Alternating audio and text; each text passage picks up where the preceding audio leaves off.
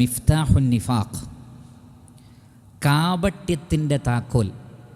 നിഫാഖിൻ്റെ starting എന്ന് പറയുന്നത് അൽ കെദിബ്, കളവ് പറയലാണ്. ശരിക്കും ശ്രദ്ധിക്കുക.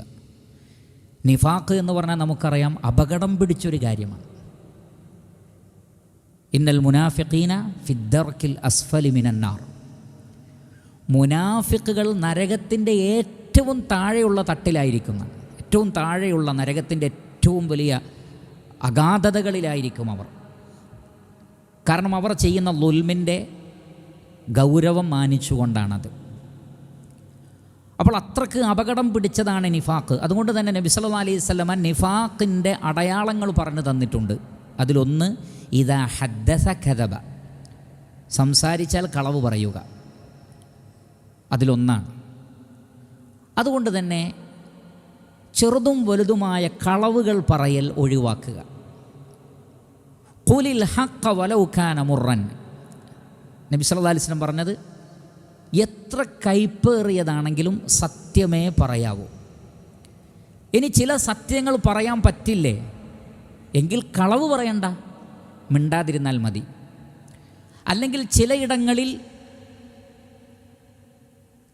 ഹക്ക് നമുക്ക് കൃത്യമായി നേർക്ക് നേരെ പറയാൻ പറ്റില്ല എങ്കിൽ അവിടെയും കളവാകാത്ത ഭാഷകൾ ഉപയോഗിക്കാൻ അനുവാദമുണ്ട്. നിർണായക ഘട്ടങ്ങളിൽ കളവാകാത്ത ഭാഷകൾ ഉപയോഗിക്കുക.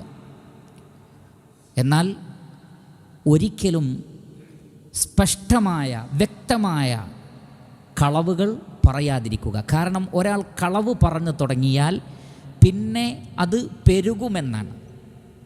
കളവിൻ്റെ ഒരു പ്രത്യേകതയുണ്ട്. ഒരു കളവ് തന്നെ സ്ഥാപിക്കാൻ ചിലപ്പോൾ അതിൻ്റെ 100 ശാഖകൾ പറയേണ്ടി വരും. ഒരു വിത്ത്, കളവിൻ്റെ ഒരു വിത്ത് കളവിൻ്റെ മരമായി മാറും, കളവിൻ്റെ ശാഖകളായി മാറും.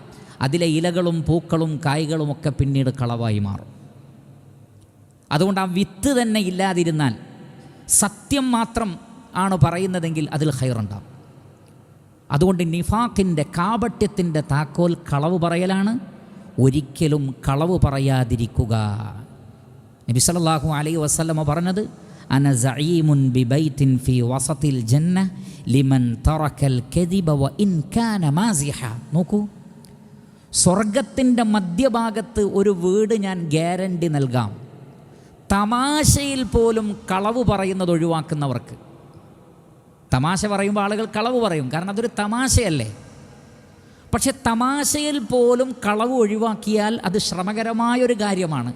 പക്ഷെ അവർക്ക് സ്വർഗത്തിൽ ഒരു വീട് ഗ്യാരണ്ടി, സ്വർഗത്തിൻ്റെ മധ്യഭാഗത്ത് എന്ന് പറഞ്ഞാൽ തമാശയിൽ പറഞ്ഞു തുടങ്ങുന്ന കളവ് പിന്നെ കാര്യത്തിലും പറയുന്നതിൽ അയാൾക്ക് വിഷമമുണ്ടാവില്ല. 1-2 കളവ് പറഞ്ഞു തുടങ്ങിയാൽ പിന്നെ ധാരാളം കളവ് പറയാൻ മനസാക്ഷിക്കുത്തുണ്ടാവില്ല. പിന്നീടത് വ്യക്തമായ നിഫാഖിലേക്ക് മനുഷ്യനെ കൊണ്ടുപോകും. ഈ കാര്യം നമ്മൾ ശ്രദ്ധിക്കുക.